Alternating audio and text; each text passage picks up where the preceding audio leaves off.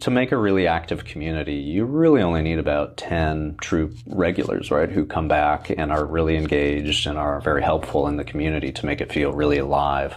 And if you do that, your community becomes really fun to be in, and people are kind of attracted to it that way.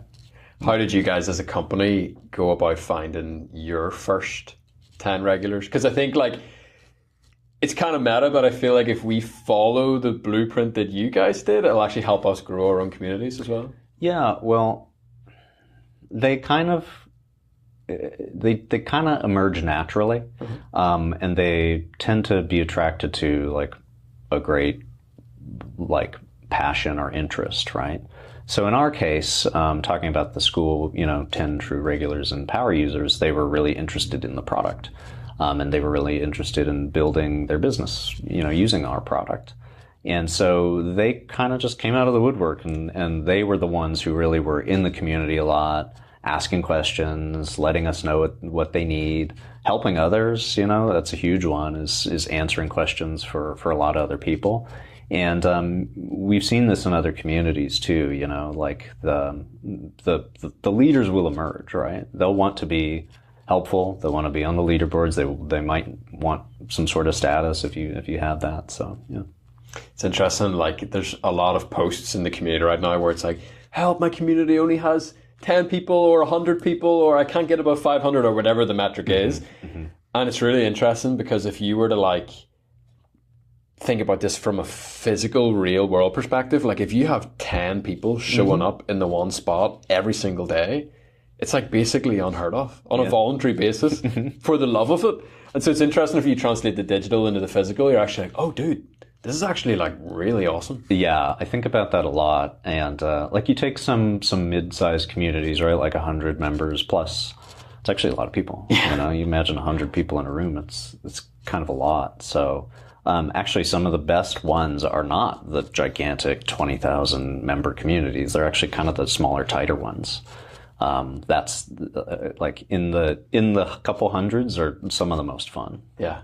And it's interesting because you guys as a company have taken kind of a slow and steady approach to growth. Yep. And from what I'm hearing you say even right now is we as community creators would also be wise to take that pattern rather than I gotta get 1,000 people in this thing immediately. Yeah. I think people are pretty quick to rush to want to hit the really big numbers, and if that's what you aspire to, that's fine. Certainly if you can do it right away and you want to, go for it. But what we've really seen is that when you grow it we start small and grow it really organically over time. And grow it. And if you're inviting people, invite in batches, invite your first, 50 people, get them really engaged, get them inspired, and then invite the next 100. That way, each invite is building on the last one, right? Right. And you're starting to see people emerge. You're starting to see leaders. You're starting to see, really interesting stuff happen. And that just continues building.